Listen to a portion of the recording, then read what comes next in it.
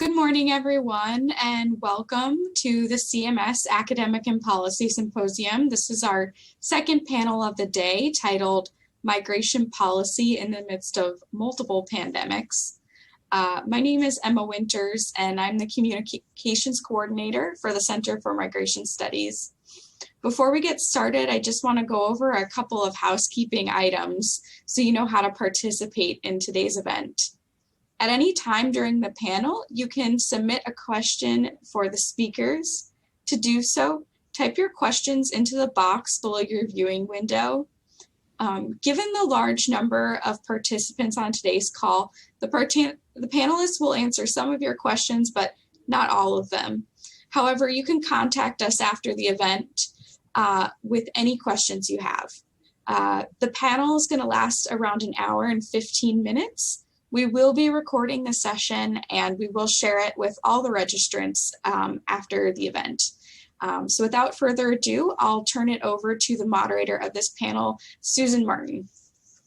Thank you, Emma, and thank you very much to CMS. I'm a board member of CMS and I'm delighted to be here. As you heard, my name is Susan Martin. I'm Professor Emeritus of International Migration at Georgetown University, School of Foreign Service. And I'm absolutely delighted to bring together this panel. I have known the panelists collectively for more years than I would like to say, and have great respect for their expertise and knowledge about immigration and refugee policy and assorted other issues that affect those policies. This panel, as was said, is focused specifically on the policy implications of the multiple crises that have been happening. 2020 will go down in history, certainly, as the year of multiple crises. Some are familiar and recurrent conflict-related disasters and regular natural hazards, the type that we've seen year after year after year. They aren't over just because of other things are happening. But others are more extreme examples of those more familiar trends, so that we've seen the multiple hurricanes and pandemics, epidemics that we've seen in the past, but they've certainly taken on a new tone and seriousness during this past year. Still others involve a long and very much overdue reckoning with trends that we've seen forever, particularly in terms of systemic racism and discrimination. I think the COVID-19 pandemic has raised certain issues with regard to its discriminatory impacts that have now made those issues much more salient around the world. While some of these crises are local or national, others, as we've seen, particularly with COVID-19 and the economic crisis that it spawned, as being truly international, affecting all parts of the globe. And it's not that these are novel in and of themselves. I think what's novel is the confluence of all of these crises coming to bear at one time, and the apparent lack of capacity, sometimes political willingness to effectively address them. And that leads to the issues that we're going to be talking about this morning in terms of the policy implications and what has happened and what might happen in the future. Of course, with the backdrop of the US election, it's impossible, even though the afternoon session of this conference is going to be specifically on the election and its aftermath. We'll obviously be getting into some of those issues as well, because the US role, we hope, will be changing significantly as of January 20th. In my own work, I've been looking particularly at the ways that COVID-19 and the economic crisis attached to it have affected immobility around the world, as well as shifting patterns of mobility, and trying to understand some of the policy impacts of those changes that we've been seeing, particularly the tremendous growth in immobility from everything from travelers, tourists, business travel, very short term, to admission of permanent residents in certain countries, and the immobility there more generally, and particularly the impact on refugees and asylum seekers of that immobility. Also, the shifts from traditional rural to urban migration. We're seeing shifts now from urban to rural movements. And so I'll fill in some places where that has, but our panelists is multidisciplinary, as the issues are multidisciplinary, and have had multiple experiences inside and out of the academy in looking at policy issues, and in many cases implementing those policy issues, policy decisions themselves. Let me introduce them, and let me start with Ann Richard, who was the Assistant Secretary, and you might want to wave, Assistant Secretary of State for Population, Refugees, and Migration at the U.S. State Department. Before that, she worked for a long time with the International Rescue Committee and heading up their advocacy office in Washington. And before that, doing a variety of other jobs that involved humanitarian action of various different forms inside and out of the government. She's now, to my delight, at Georgetown University as one of the members of the staff of the Institute for the Study of International Migration, but also has affiliations with another number of other universities. So her policy experience is now going into the university in terms of having that extra expertise on these issues. The second person I'll introduce is Iskender Nagash, and he is the president and CEO of the U.S. Committee for Refugees and Immigrants. And from 2009 to 2015, he was the director of the Office of Refugee Resettlement, ORR, in the Department of Health and Human Services.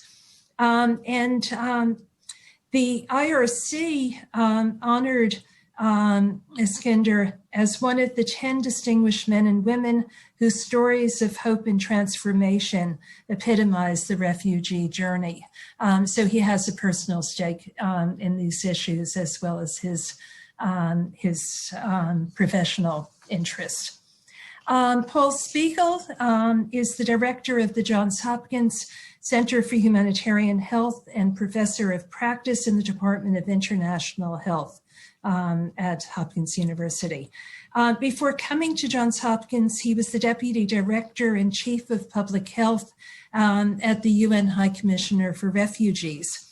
And he's a medical epidemiologist, and I first met him when he was at the Center for Disease Control in the International Emergency and Refugee Health Branch. And so he is obviously our resident expert for this session on COVID-19, as well as other forms of humanitarian crises. Next after Paul is Joe Chamey. Joe is the former director of the UN Population Division. After the UN, he served for 7 years as director of research at CMS. So this is a bit of a homecoming for Joe. He's written numerous articles and reports on fertility, population estimates, and projections, aging, international migration, and population and development policy. And he'll be, through questions, giving us something of a demographic look at what the current situation is like. And then last but certainly not least is Philip Martin. He's Professor Emeritus of Agricultural and resource economics at the University of California, Davis, editor of Rural Migration News, and the author of too many books and articles and chapters. Phil is probably the person I've known longest in this group from back to the days of the U.S. Select Commission on Immigration and Refugee Policy. And so he's had a long perspective on U.S. policy as well as internationally what happens in terms of labor migration. So I think you'll agree with me that we couldn't have put together a more knowledgeable and experienced panel. So I want to do is we're going to work, as I said before, the same way that the previous panel did. And I will be asking questions to the panel as a whole, and then more specifically to each panelist. And then we'll give them a chance to ask each other's questions or comments on each other's statements, and then open it to the questions from the audience. So in terms of the question to start us all off with, given the multiple crises that I mentioned, the pandemic, the economic, environmental, social, et cetera, what do you see as the principal 2 or 3 impacts of these events for migration and refugee policy in the US and around the globe? And I'll give each of you a couple of minutes to provide some answers, and then we'll delve more deeply into the issues that you raise. And why don't we go in the order that I introduced you? So I'm going to start with Anne. Thank you very much, Susan. I guess I would like to point out to the participants that there is a lot of information about what we can expect in the coming months from the US government on the campaign website of Joe Biden.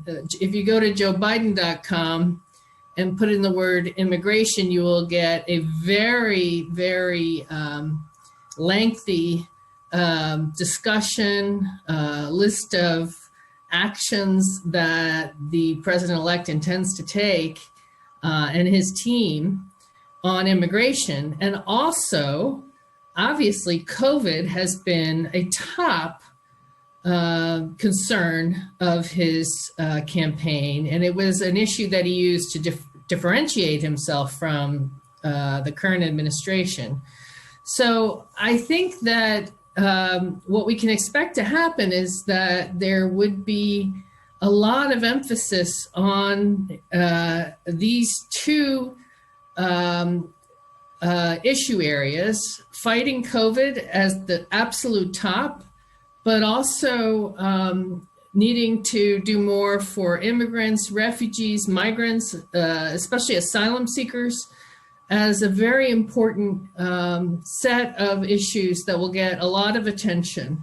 And so I think that this will require very smart people coming on board or being activated in the bureaucracy early on. And this doesn't really fit then with the pace of bringing political appointees on in the past.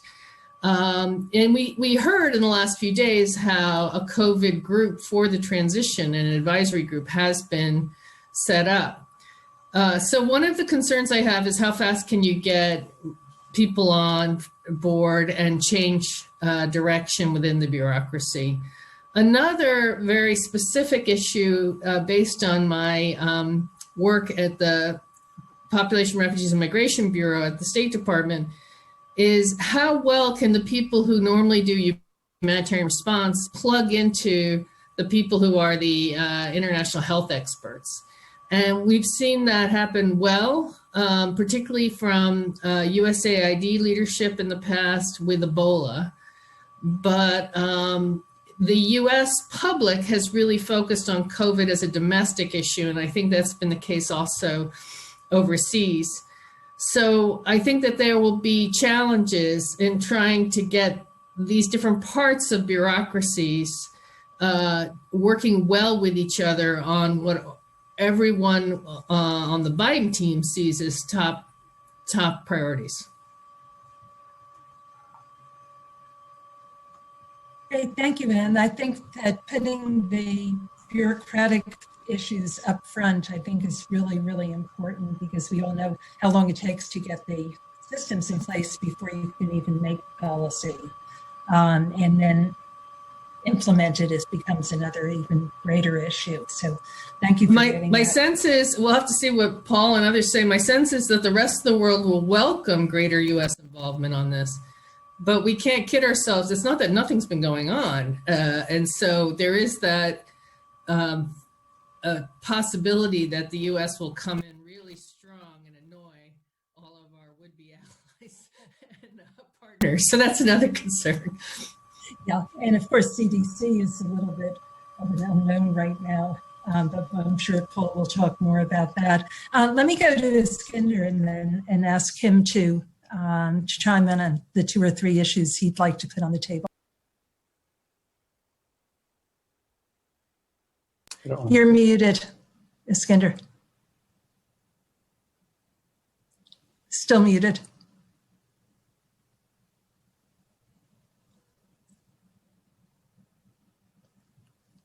Good. You're muted. You're fine. Yeah, I think the number one issue, at least from refugee perspective and domestic refugee resettlement, is increasing the ceiling. As you know, for the past 4 years, we have the lowest refugee arrival in this country. In fact, the recent ceiling, the PD signed by the administration, is about 15,000, even though we ended up actually resettling in 2020, 11,000, probably the lowest refugee resettlement, I would say, since 1975. As most people know that, the U.S. Resettled more refugees than any other country. If my information is correct, we have resettled close to 3.1 million refugees since 1980. So it's going to take a lot of work, but I think we have experienced service providers around the country. I think we used to have over 262 or more resettlement sites around the country. So the infrastructure is weakened, but I think we know that. I think we can really put together a very good strategy of bringing more refugees. So I think my thinking is, the number one issue, at least for refugee resettlement, is increasing the number, from this 15,000, and I believe that the incoming administration can actually increase that number under the U.S. Section 8, which is the emergency authorization. So with that, I think we're expecting refugees to come.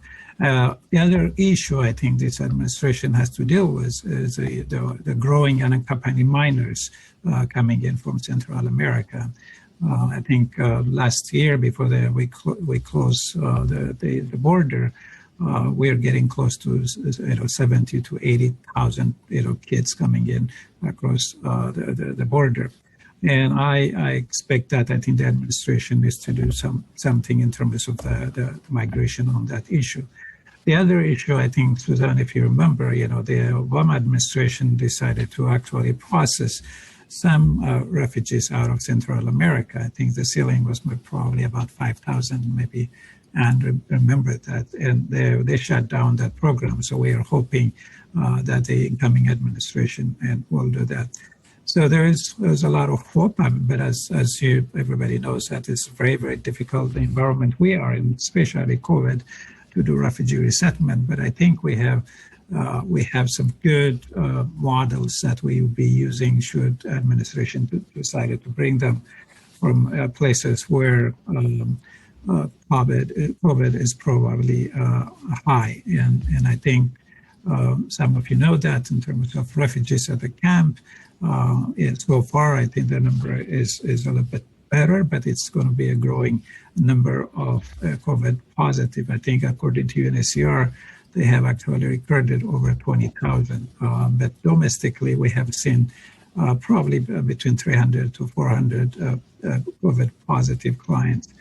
So, we know that, we have to navigate that. I think the Department of Health and Human Services is very much aware of it. Yeah, and I expect the new incoming administration will focus also in terms of once refugees are here, what kind of service that we can provide across the state. Thank you. We'll definitely be coming back to the whole range of humanitarian issues from resettlement, asylum, and overseas. I hope we can get into that as well as we move on into our discussions. Paul, let's bring in the expertise on the pandemic itself. Sure. Well, thank you, everyone. Thank you, Susan, for inviting me, and it's nice to be with such a distinguished panel.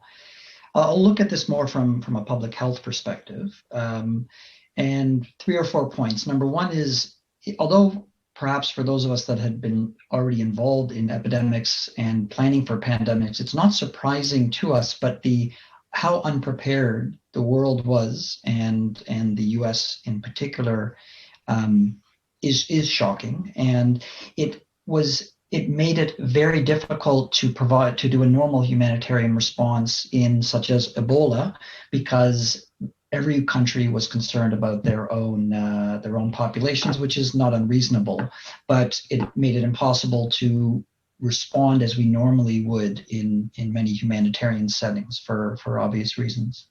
Number one. Number two is probably the biggest disappointment that we've seen is the use of public health orders, or let's say misuse of public health orders to promulgate certain policies, particularly anti-migration policies, while not using the evidence of public health that is core to us. So, for example, CDC in March released an order stopping anyone crossing the border, asylum seekers, which is of course against international refugee law, other migrants coming across the border, yet they were letting in, of course, Americans, they were letting in green card holders, and they were letting in commercial traffic.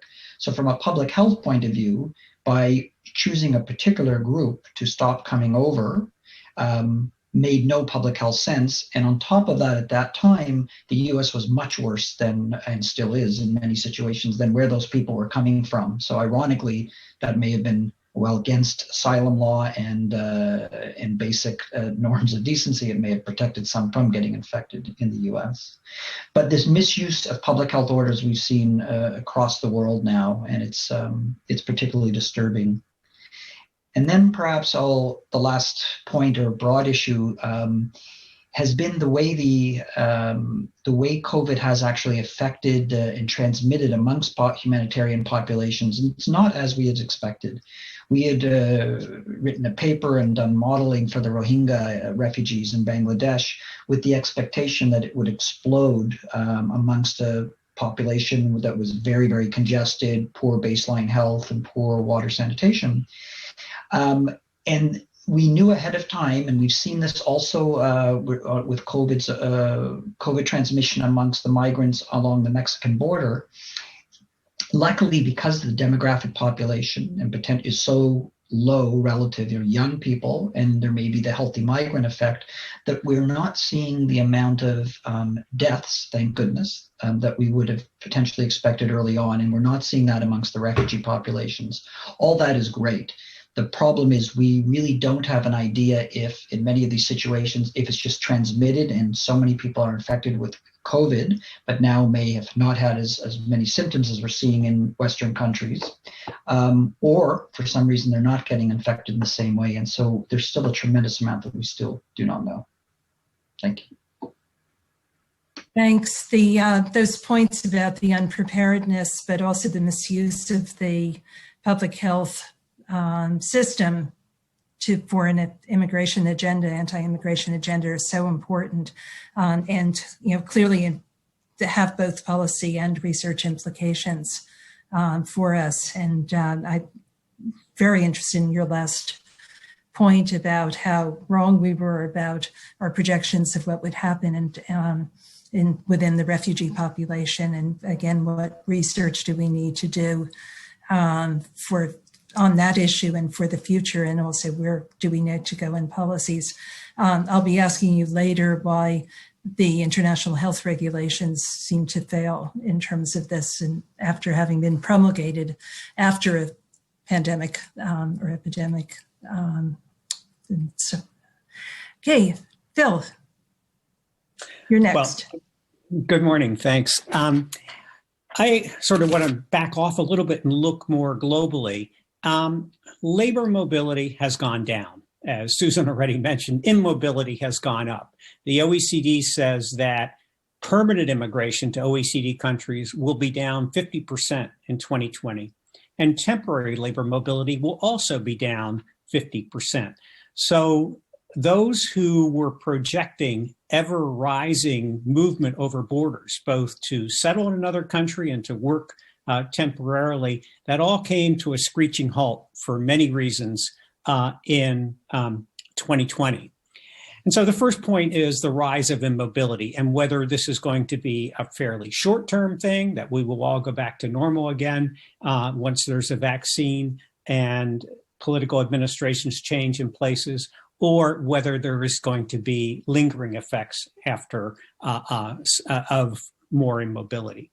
The second is that in 2020, despite generally closed borders to non-essential travel, certain migrant workers were deemed essential, most particularly seasonal farm workers, where many rich countries made exceptions to their otherwise closed borders and closed consulates and said, we will bring in this particular type of worker. And that was just as true in European countries where farmers chartered airplanes to fly people, and it was also true between Mexico and the United States.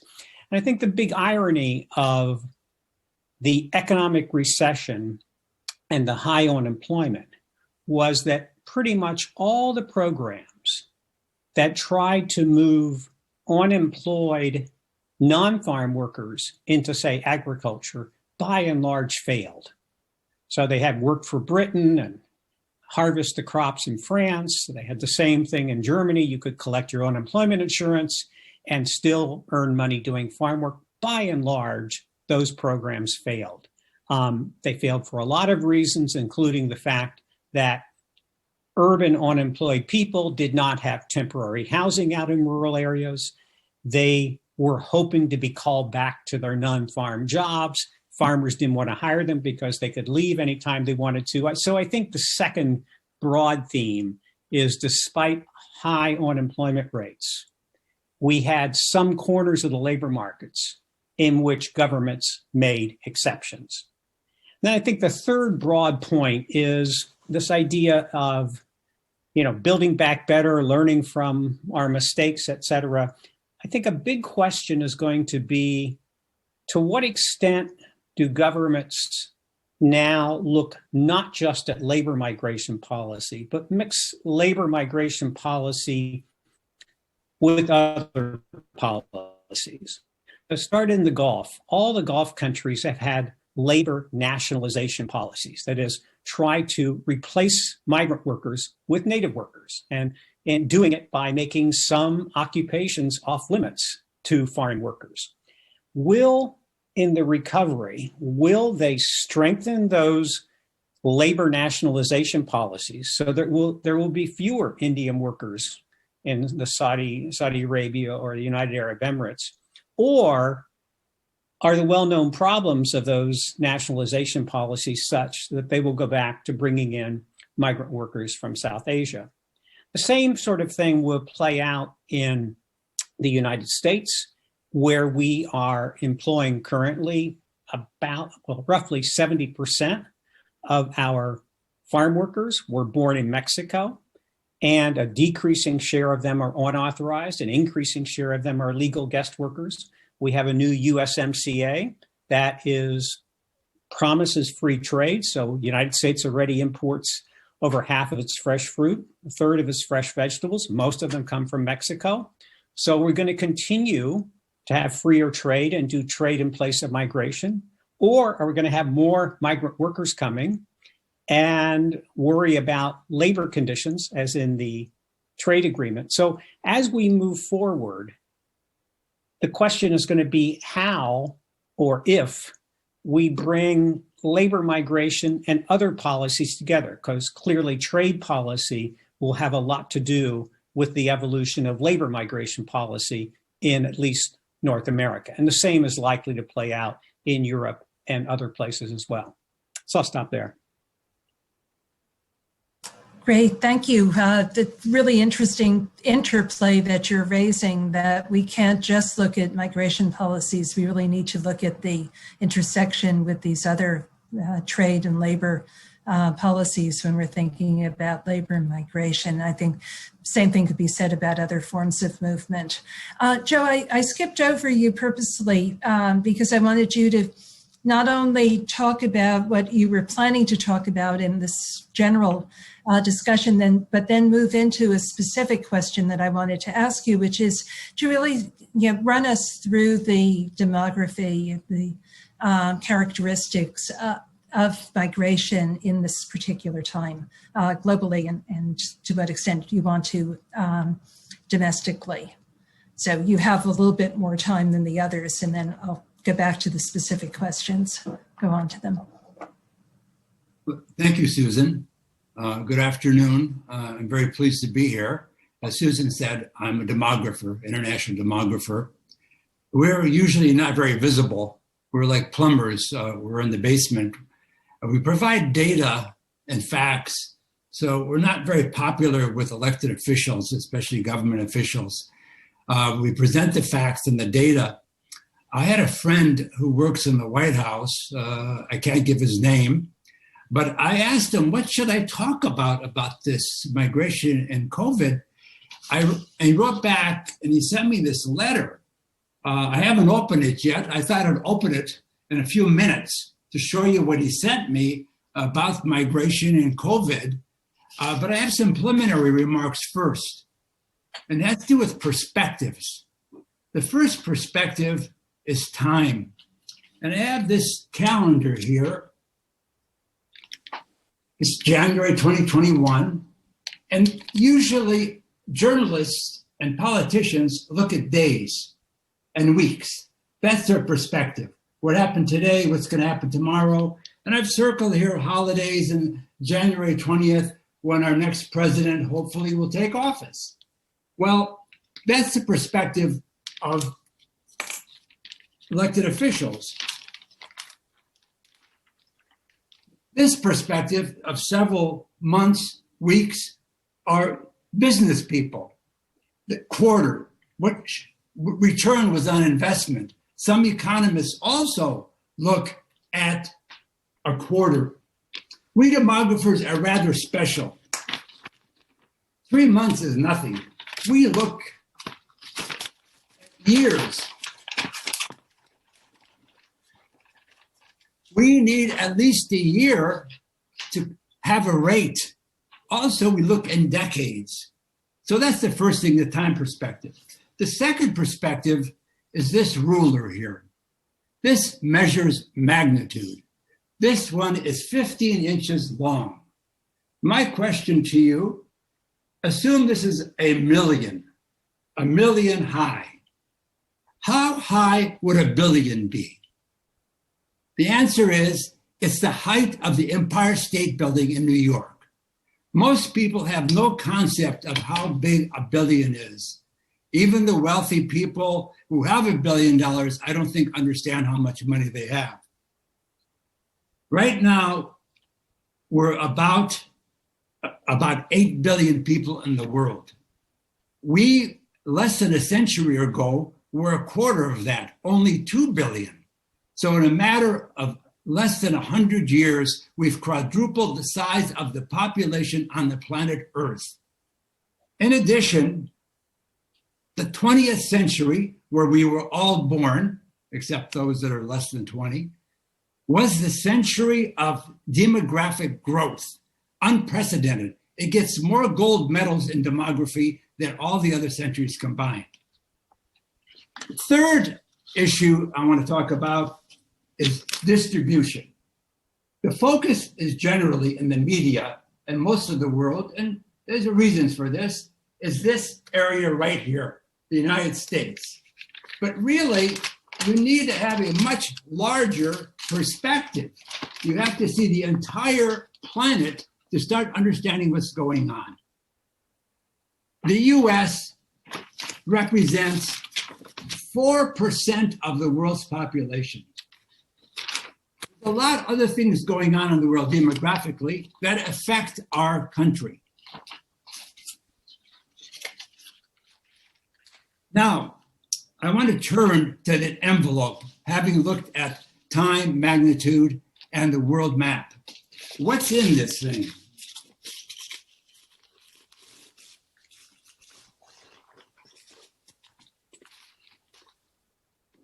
It's a report card on COVID of the Trump administration regarding what they've done. I'm opening it now. There are two cards in here. This one is signed by Donald Trump. He gives himself an A+. Exceptional, phenomenal response.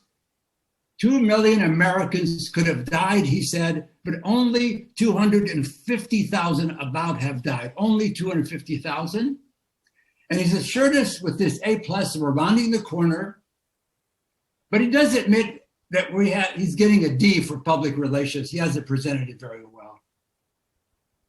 And I think the president says for this A+, he gives himself a score of 10 out of 10. The other card was prepared by my colleague, who's a demographer, and this is the grade he gave Mr. Trump's administration. As I mentioned, the US has 4% of the world's population, but 20% of all the deaths, 20% of all the infections, and we haven't even ended yet. There have been false statements, inaccurate, not statistically correct. He's driven skepticism about mask wearing, and he's published and promoted dangerous remedies to solve the coronavirus. In addition, he's mistreated migrants, asylum seekers, and anyone that doesn't look part of his group. So my conclusions from all this in that note are we have major challenges ahead. This is only one aspect of this pandemic. We have a clash between those people that want to leave their countries and those people that want to keep them out.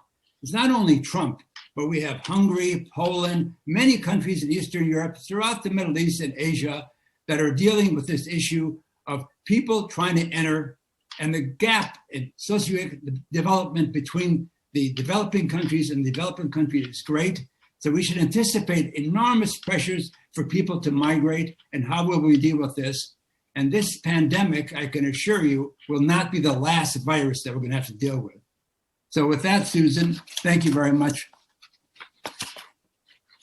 Thank you for both some little bit strange levity to the discussion of what otherwise was at risk of being a very depressing set of discussions, but also for the very truth issue that I think all of you brought out in various different ways, that we really need to look at the scale of what's happening. We need to look at both the short and the long-term impacts for policy, and identify all of the uncertainties as we move forward.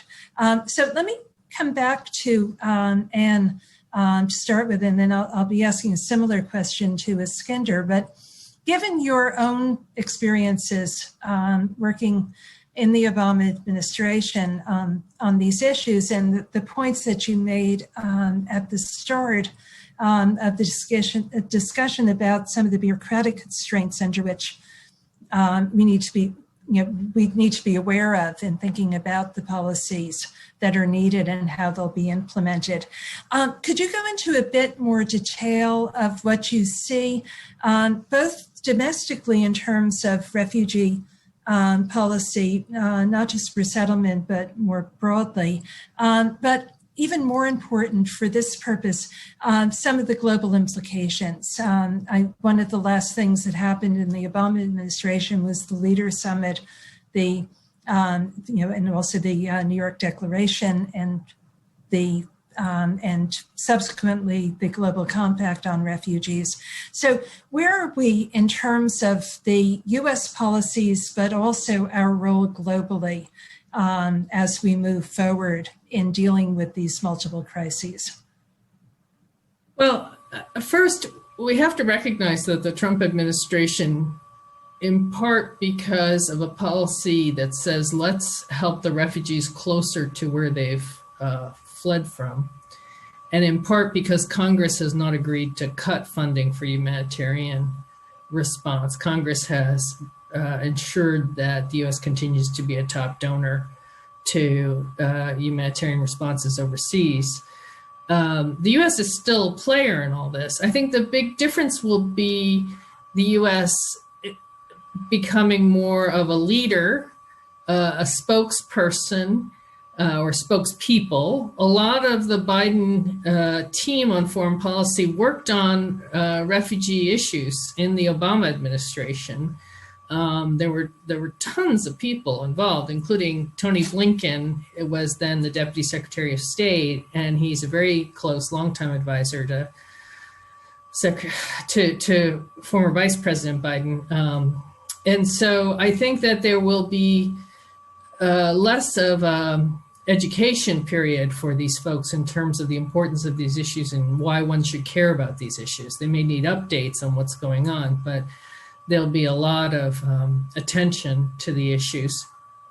And so looking globally, I think what will get the most attention from the administration early on is what's happening in our hemisphere, because of the large number of asylum seekers and migrants who in the past were coming, during the Trump administration, were coming to the southwest US border.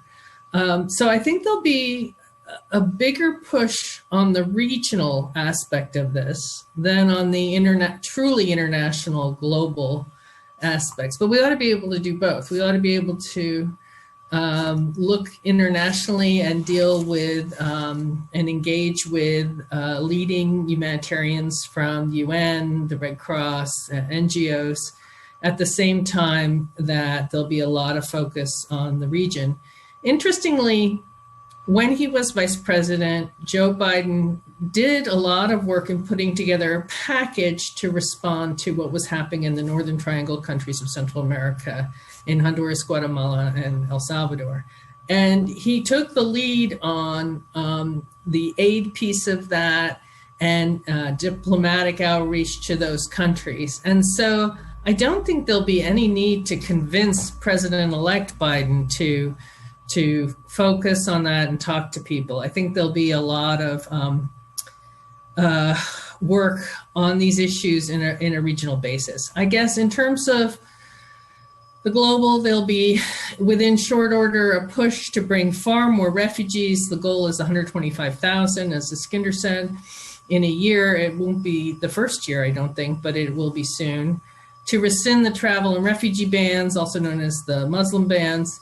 And another thing that can happen is the U.S. can restart funding, if the administration chooses to do so, for the UN Population Fund, for UNRWA, which is the lead UN agency in providing assistance to Palestinian refugees, and to the World Health Organization. So those are each separate decisions, but all of these organizations have, in the past, played important roles in responding to humanitarian crises and particularly to health issues around the world. So those are organizations that the Trump administration has pulled the U.S. out of.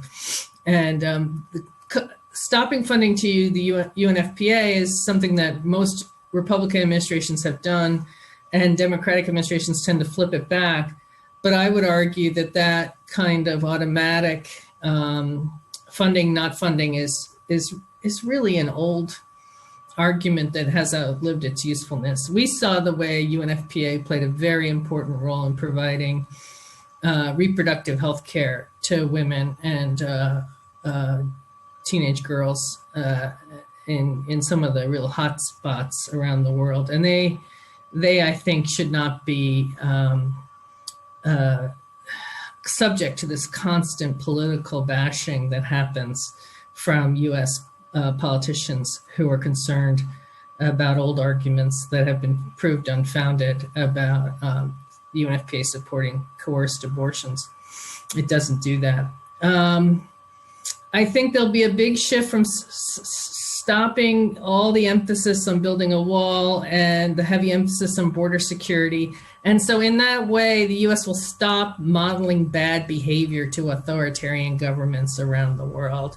I think that very short order, the Biden administration will try to make clear the US will participate and lead in international cooperation.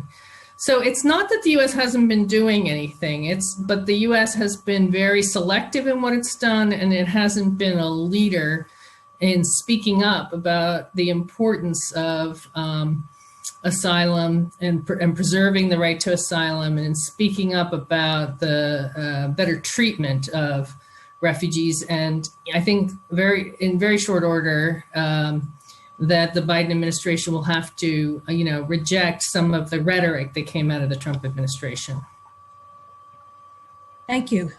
That was very comprehensive, and it foreshadows some of the issues that I think the afternoon's panel will certainly be talking about with regard specifically to the impact of the election on it. But Iskender, let me ask you to sort of carry on from where Anne was going, and also talk though more about the, as the head of ORR, you were faced with the 2014 surge in unaccompanied minors and family migration, and also with the increase in resettlement that had been promised and we were pushing towards under the Obama administration.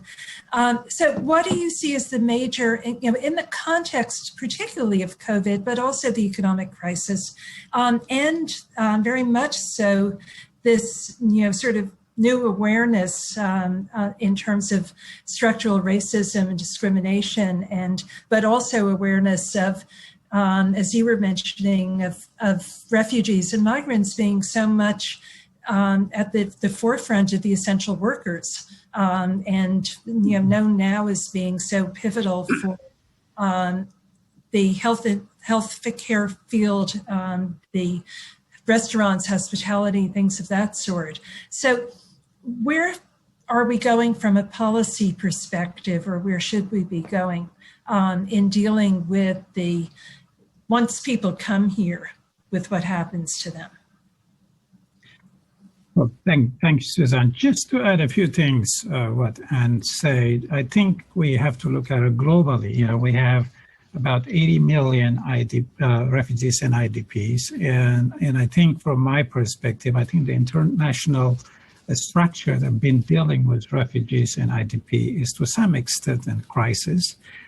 We have this very protracted refugee situation, and going to East Sudan, we have Eritrean refugees since 1968, and you have Dadaab refugee camps.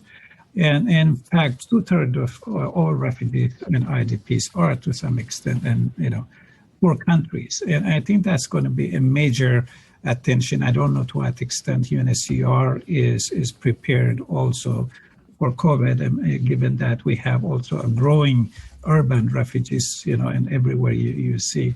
So it's going to be a challenging time. But in the meantime, I think the incoming administration knows very much the issue of refugees and immigrants. In fact, the vice president's wife actually went to the border area and just looking at the unaccompanied minors coming in from El Salvador, Guatemala, and Honduras.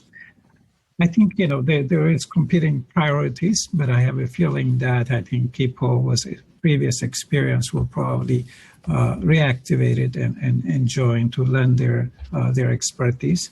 I think the infrastructure from the private sector is a little bit weakened, but at the same time, I think there is a well-established career people within the State Department and HHS who can actually, help in terms of accepting refugees.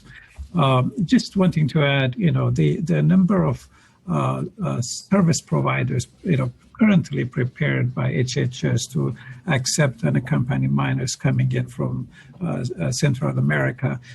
We have actually almost doubled the number of agencies and service providers will be willing to take refugees.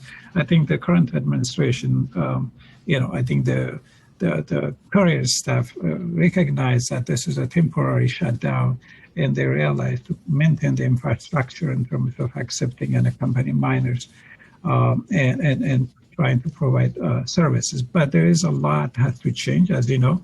For the past 4 years, we had so many executive orders, and somebody has to go through them, and one by one, either trying to dismantle them as soon as possible. But we have protecting of DACA and Dreamers issues going to be at the top of the the agenda. I believe that ending the family separation, as you know, everybody has been talking about it at the board, is probably will be considered by the new administration. As Anne mentioned, also we have a history of resettlement in this country, averaging close to 96,000 per year. But the Obama and Biden administration, in fact, in 2016 was actually projecting the ceiling was about 110,000, and we ended up resettling 85,000. I think some of you remember in 1980, once we passed the Refugee Act, the same year we have actually resettled 207,000 refugees. That number actually doesn't even include the Cuban Mariel who came in the same year in 1980. So I think was proper leadership at both at HHS and State Department, and I believe that we can really start receiving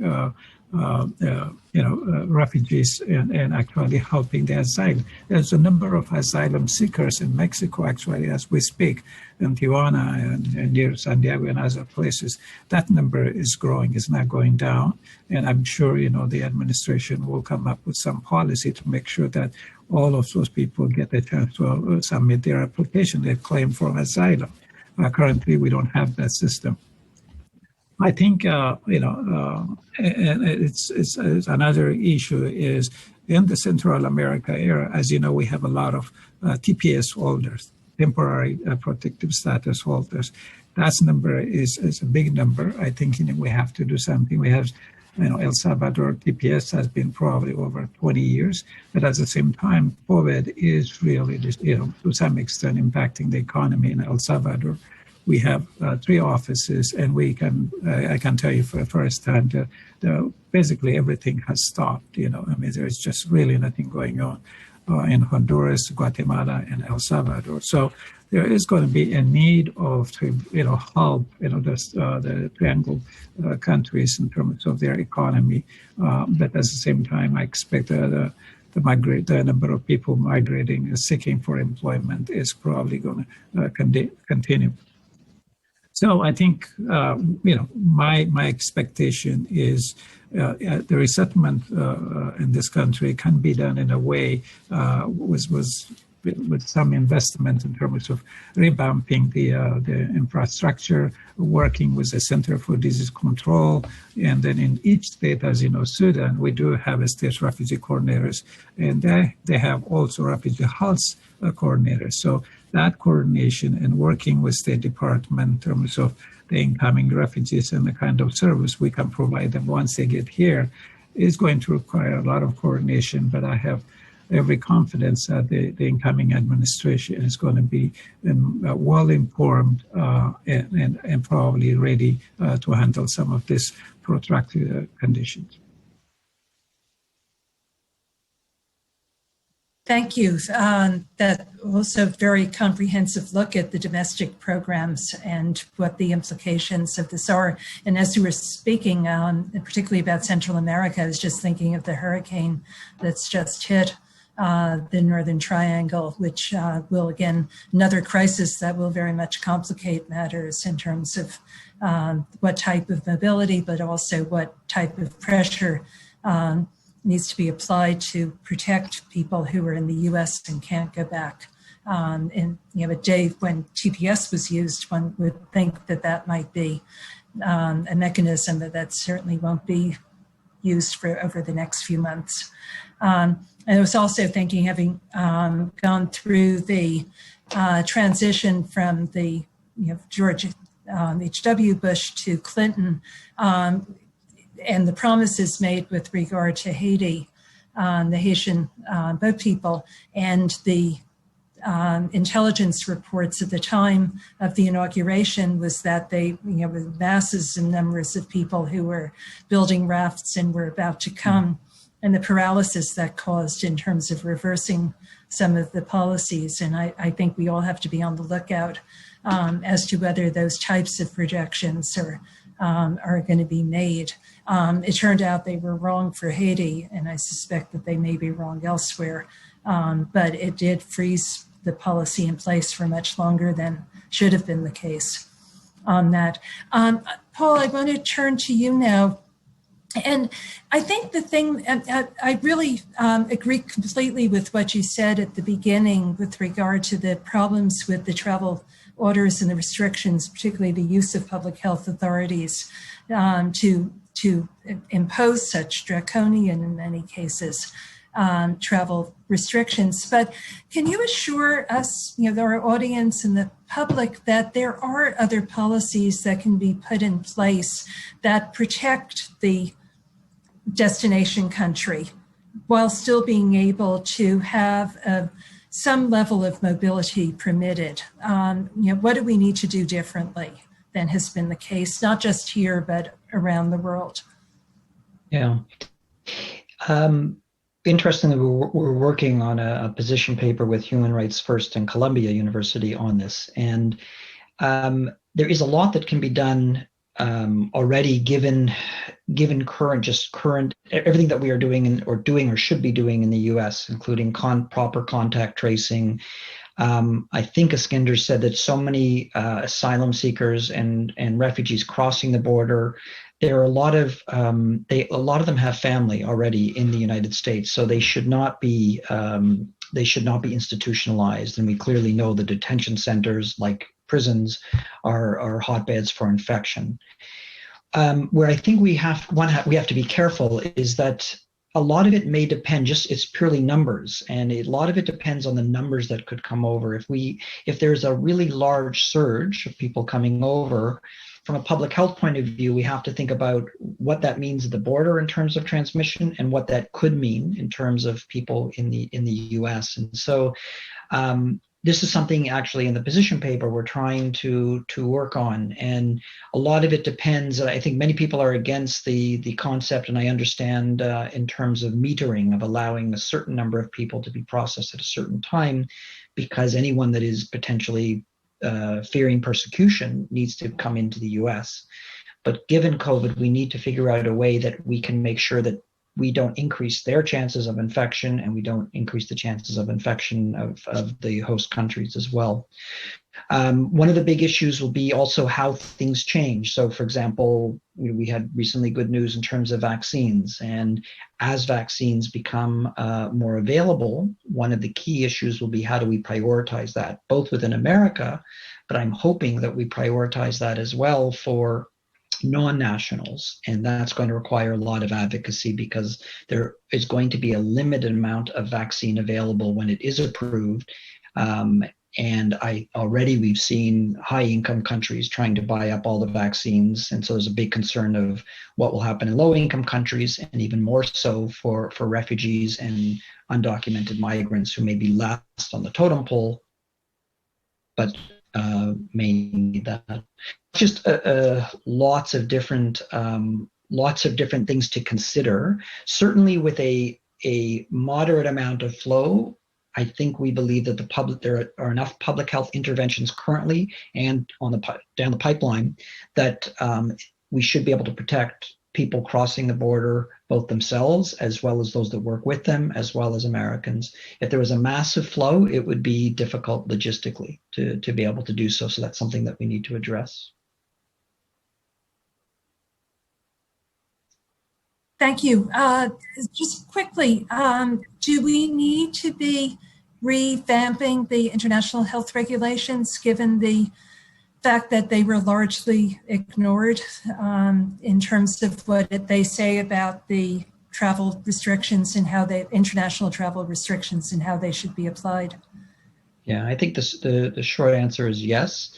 But like every negotiation within the UN, there are so many compromises. And so I was looking just to make sure, but I think the latest is in 2007. June 15th, 2007. And there was a compromise between if governments are going to require to be reporting, then there were also some big economic concerns, obviously, from the governments and epidemics. And so there was a compromise where number one is it's the governments that report, but WHO is not automatically allowed to go in, as we've seen in China and other countries. And then number two, there was not as much from a public health point of view, but from an economic point of view to say we should not close borders. And that was some of the confusion early on. And from a public health point of view, generally closing borders, we saw this, closing borders or quarantining people for a long period of time can undermine a public health effect. We saw that with HIV, we saw that with Ebola. However, in a pandemic, closing borders temporarily so that countries may be able to prepare ahead of time may be appropriate. And all of this really hasn't been studied scientifically. It's been more seen as more of an economic measure. So I think there needs to be some major changes, and some of it will mean, which is very difficult for states to accept, that they may have to give up some of their autonomy in order to perhaps have a better global response to serious epidemics and pandemics. Okay, thank you. Phil, let me ask you to end this round with talking a little bit more. Joe talked about needing to really have time and perspective, what the short-term impacts and the long. You started getting into that in your remarks with regard to labor migration. Could you expand on that and what the lessons for policymakers should be with regard to the impact of the pandemic and particularly the economic crisis? Because these are going to happen again. We really need to be thinking forward as to what policies need to be in place. Well, I think what COVID showed on preparedness, it also showed, for example, that many things that people didn't think were ready for prime time, including Zoom, are being used much more than people thought. So we know, and what Joe emphasizes and the moderator emphasize, are long-term secular changes. We have aging populations. They're growing slowly in the rich countries. We have youthful populations growing fast in poorer countries. And so the natural kind of, or the inevitable kind of movement is from poorer to richer countries. So a whole lot of things have happened this year that when we look back on 2020, I don't know whether there's going to be a break point or whether there's going to be more of the same, but maybe slightly different. Take telemedicine. We've done a lot with telemedicine this year. Doctors can get reimbursed for it. People have smartphones. Will that wind up changing what has seemed like an inevitable rise of migration to provide elderly care, for example, a combination of telemedicine and robots or something else, or smartwatches or whatever? It's hard to know. The same thing is true in other areas with essential workers. Is the fact that it's very difficult to keep workers safe from COVID in meatpacking plants, whether it's in the United States or Europe. Will that speed up automation in those plants? There's been an awful lot of new interest in saying, how can we do the disassembly of animals without using as many people? And just in a whole lot of areas, whether it's warehouses and robots to move things around versus people, things that people were predicting to happen over time, smarter machines, artificial intelligence, et cetera, will they get a speed up as a result of COVID so that they'll happen in 5 years as opposed to 15 years? That's kind of the big question. And of course, policy will make a difference as to how fast these things happen. If healthcare policy changes to favor telemedicine, for example, as opposed to in-person visits, you will have impacts on the labor force that provides those healthcare services. It's much easier to do that across borders rather than moving people across. The same thing is true with food safety regulations and how fast there's automation in meat packing and other things. Trade policies, as I've said, of course, tax policies and other policies as well affect the speed of mechanization in agriculture and other places. So I think coming out of COVID, the question is, when we kind of restart things or go back to normal after there's a vaccine, et cetera, will the governments who are relooking at places where they shut down migration or made exceptions for migration, will they go back to the policies that were in place before? Or will they somehow try to shape the trajectory of labor migration, making it either higher by, for example, being protectionist on agricultural commodities coming in, or will they make it lower by being more free trade? It's the OECD report for 2020, which just came out, has a chapter on this in the rebound. So migration down 50%, both temporary and permanent in 2020 compared to 2019 into the rich countries. In the rebound, does it bounce back to where it was, same trajectories, or is there some what they call industrial policy or sectoral policy that comes into play that could either push those trajectories higher up or hold them down in the rebound? I think those are the kind of questions that go beyond any one administration. If you take the new administration, you can talk about this in the next panel, I mean, the Democrats are really going to be split on guest workers. They have always been.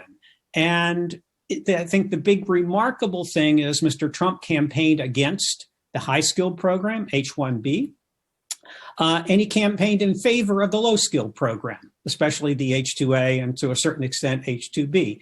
We really didn't see major changes, liberalizing changes. If anything, we saw some more restrictive changes on the high end.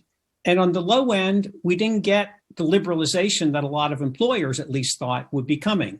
Now, when we get a new administration, I have a feeling there's going to be debates, and whether those debates are going to be resolved by saying it's okay to bring in low skilled as long as they have visa portability and a path to permanence, or whether it's going to be, no, we don't want to bring in people with the restricted rights even for a little while. I don't know how the debate will play out, but I think that debate will happen in the United States. It'll also happen in Europe in a rebound.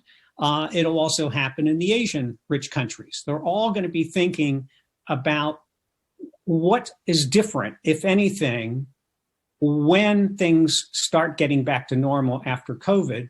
Do we spring back into the labor migration policies we had or the directions they were going, or do we rethink it now as a result of this temporary stop in 2020? Thanks.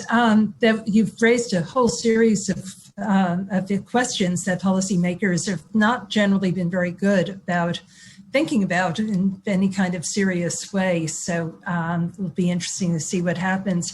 I'm going to skip you asking each other questions to get to the audience. But Joe, I just wanted to ask if you had any last words on, having heard everybody else. I had you go first on the demographic issues, but is there anything else that you'd like to add before we open?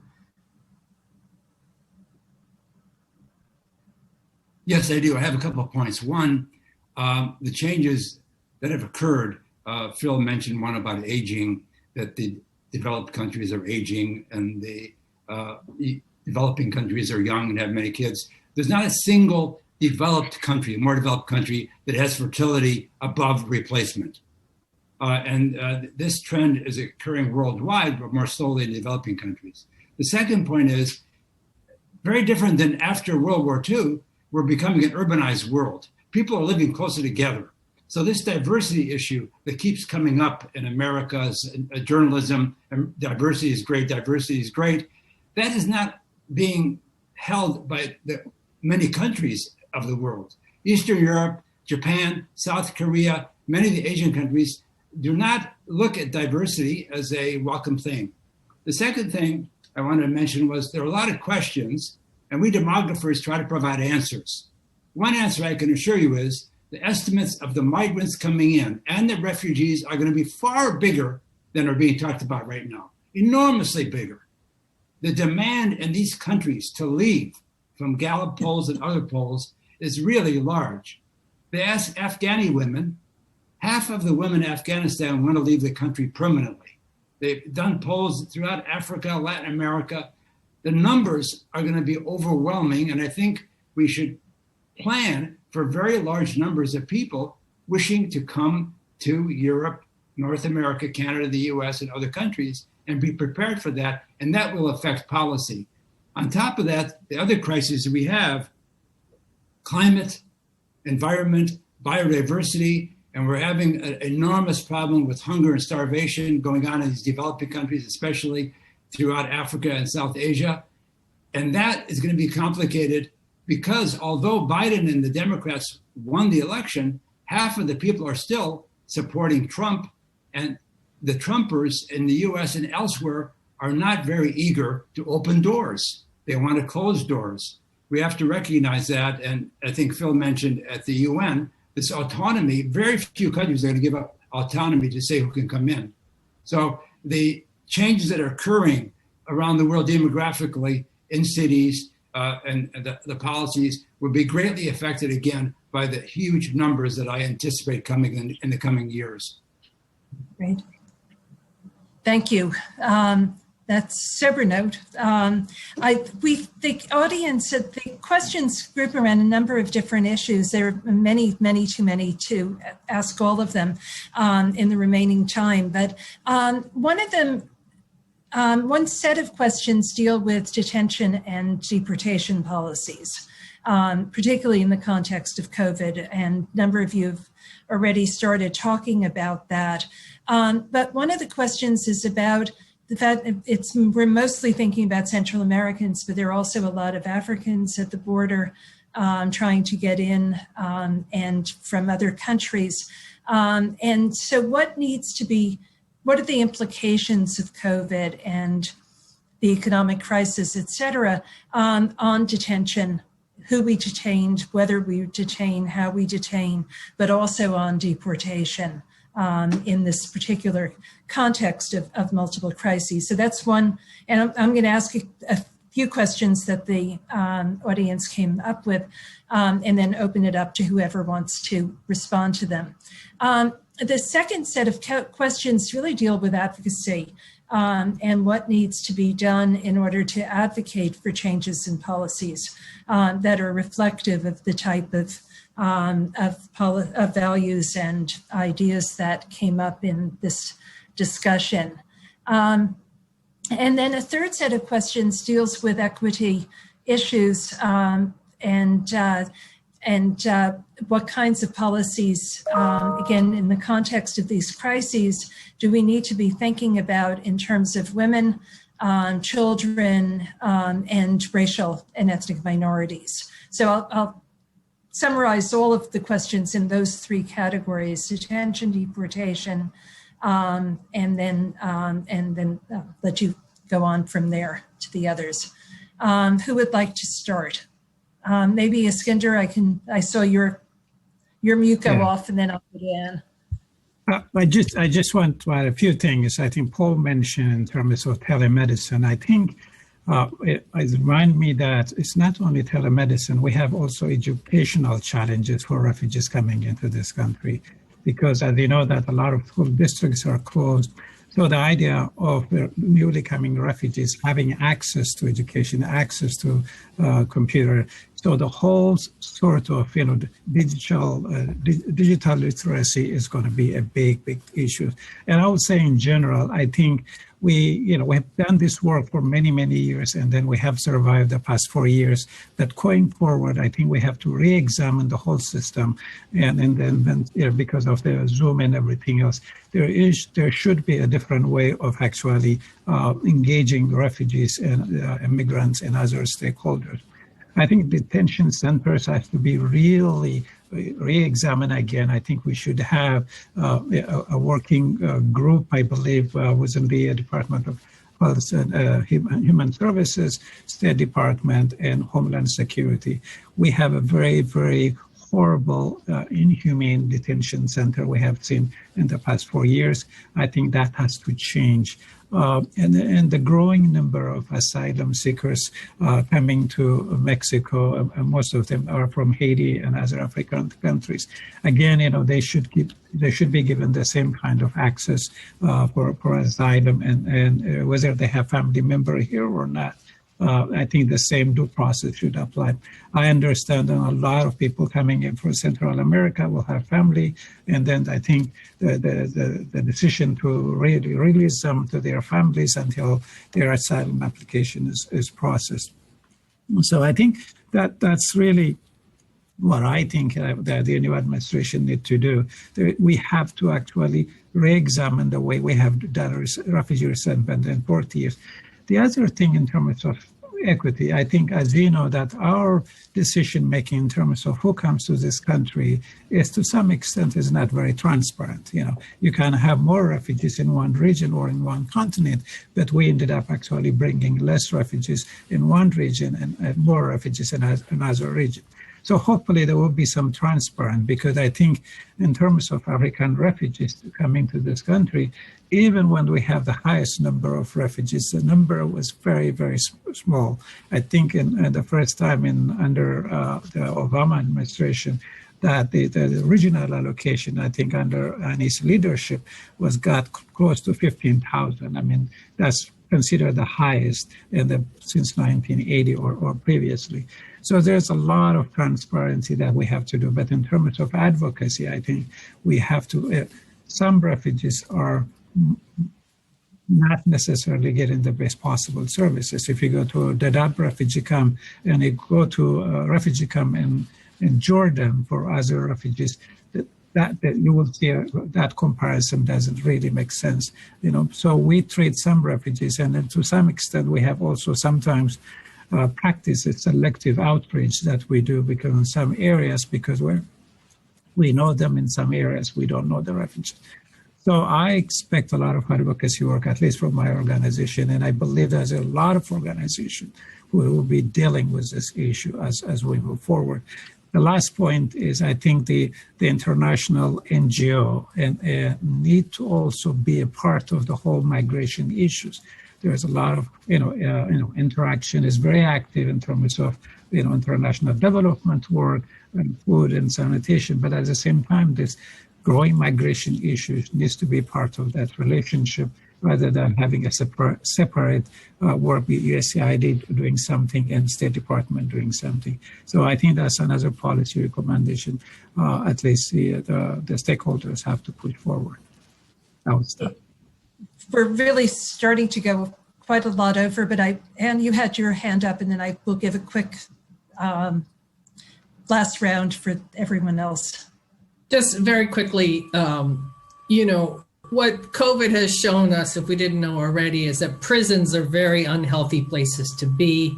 And if you put together a deportation facility or an immigration facility that looks like a prison and is run by people who run prisons for a profit, you're going to end up with very unhealthy situations.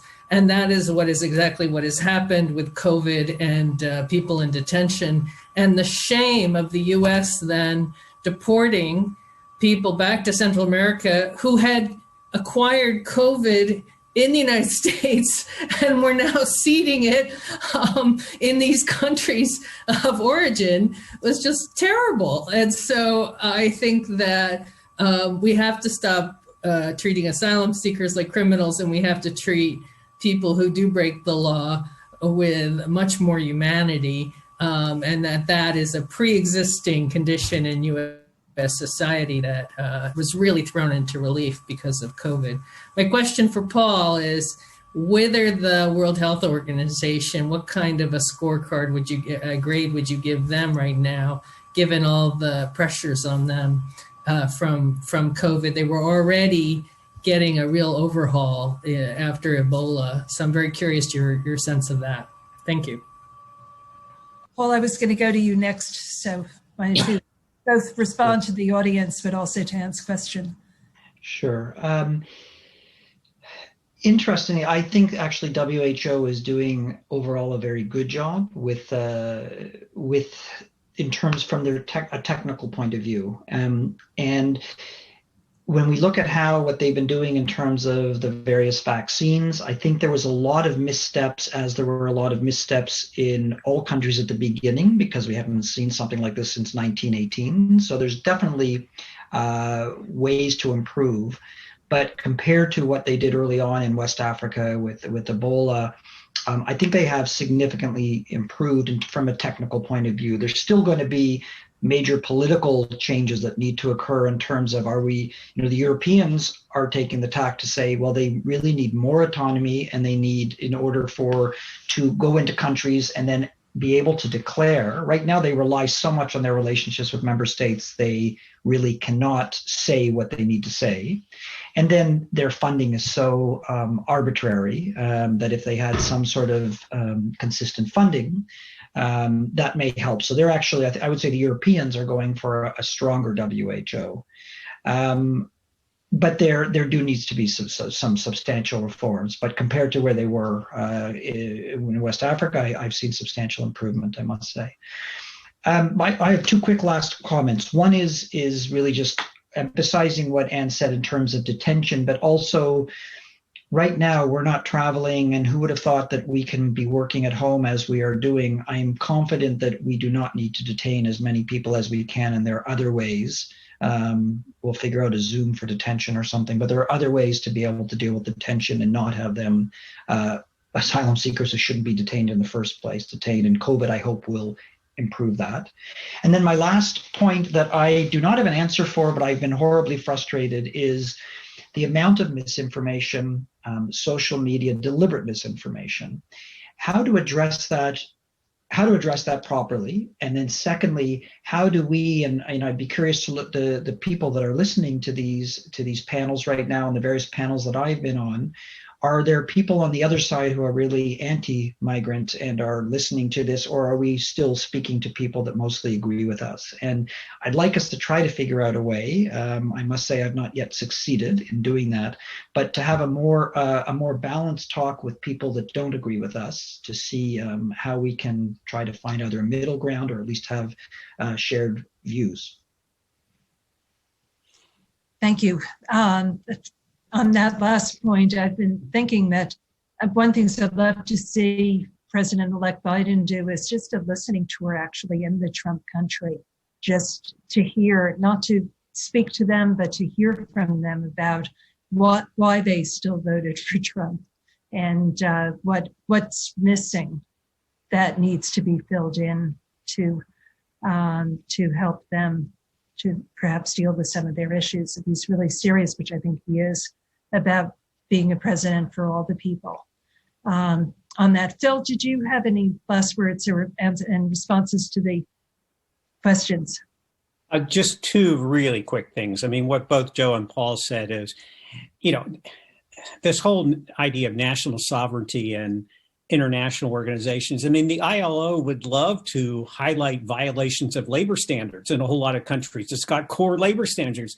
The reports are there. People know what's happening. You can't issue them if the local governments are going to, if the member states are going to object to it. So how you figure out an international system that could provide early warnings, but of course the member states have their own interests, how to strengthen that, that's an ongoing. ILO has been around since 1919 and they still haven't figured it out. The whole idea of the ILO was we'll prevent world war by improving standards for the working classes. And well, it didn't work quite the way people wanted it. It's an admirable goal. It's tough to do. The other thing, the last thing I would say is just the hardest thing we have in migration and in many areas of life is to figure out trade-offs between good things. It takes no education to pick between a bad and a good. You pick the good. But if you've got two goods, then you actually need some education and some deliberative process on which of the goods gets higher priority. And we've had a terrible time making that kind of trade-off decision in migration policy. We've just had 4 years of looking at putting everything in terms of bad and good. And now, are we going to be able to move forward by saying we do have competing goods, and which of those two goods gets higher priority? That, to me, is the real challenge in this area moving forward.